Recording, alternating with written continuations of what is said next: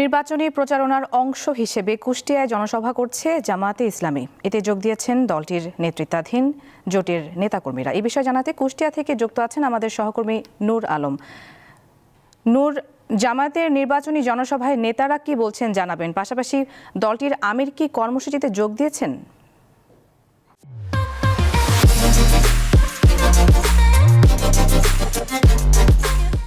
জানেন যে সাংস্কৃতিক রাজধানী লালনের শহর কুষ্টিয়ার যে শহীদ আবরার ফাহাদ মাঠ রয়েছে, সেখানে সকাল ৯টায় শুরু হয়েছে বাংলাদেশ জামায়াতে ইসলামের নেতৃত্বাধীন যে জোট রয়েছে সেই জোটগুলোর নির্বাচনী জনসভা। অর্থাৎ এই জনসভার মধ্য দিয়ে আসলে খুলনা বিভাগের যেই জনসভা সেটা কিন্তু আসলে শুরু হয়েছে। তবে এখন পর্যন্ত যেহেতু সকাল 10টার সময় কিন্তু জামায়াতের আমির ডাক্তার শফিকুর রহমান তিনি এখানে যোগদানের কথা রয়েছে, তবে এখন পর্যন্ত তিনি আসেনি। তবে তিনি হয়তোবা কিছু সময়ের মধ্যেই এই যে সমাবেশের স্থলে পৌঁছাবেন। এর মধ্যে যে এখানে এখন বক্তব্য রাখছেন হচ্ছে যেই এখানে যারা জেলা পর্যায়ে বা দায়িত্বশীল রয়েছে তারা এখানে বক্তব্য রাখছেন একের পর এক। এবং জানেন যে কুষ্টিয়ার মোট হচ্ছে 4টি সংসদীয় আসন, সেই সংসদীয় আসনের নেতাকর্মীরা যারা সংসদ সদস্য পদপ্রার্থী তারা এখানে কিন্তু একের পর এক বক্তব্য দিয়ে যাচ্ছে। আপনি দেখতে পাচ্ছেন এই সমাবেশকে কেন্দ্র করে এর মধ্যে যে শহীদ আবরার ফাহাদ যে মাঠটি রয়েছে সেই মাঠটি কিন্তু তাদের যে কর্মী সমর্থক রয়েছে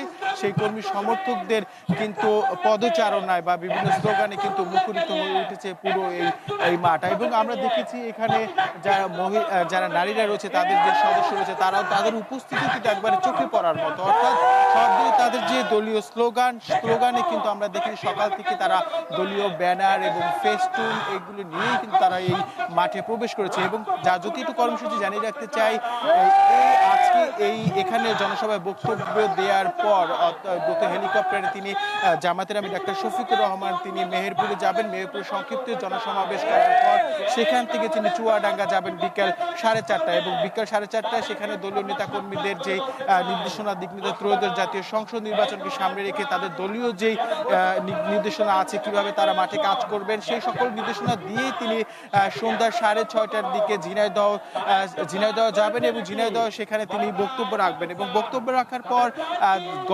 আগামীকালকে যেহেতু যশোরে জনসমাবেশ হওয়ার কথা আছে সেক্ষেত্রে যশোরে যাবেন এবং সেখানে তিনি রাত্রি যাপন করবেন। অর্থাৎ যদি আমি এখন এই মুহূর্তে যদি পুরো সমাবেশের যেই চিত্র সেটা যদি বলতে চাই, যে আপনি দেখতেই পাচ্ছেন যে আমাদের ক্যামেরার মাধ্যমে যত আমরা দেখাতে পারছি যে আসলে সকাল থেকেই আমরা এখানে কিন্তু সকাল 7টার দিকে প্রবেশ করছি। অর্থাৎ সকাল 7টা থেকেই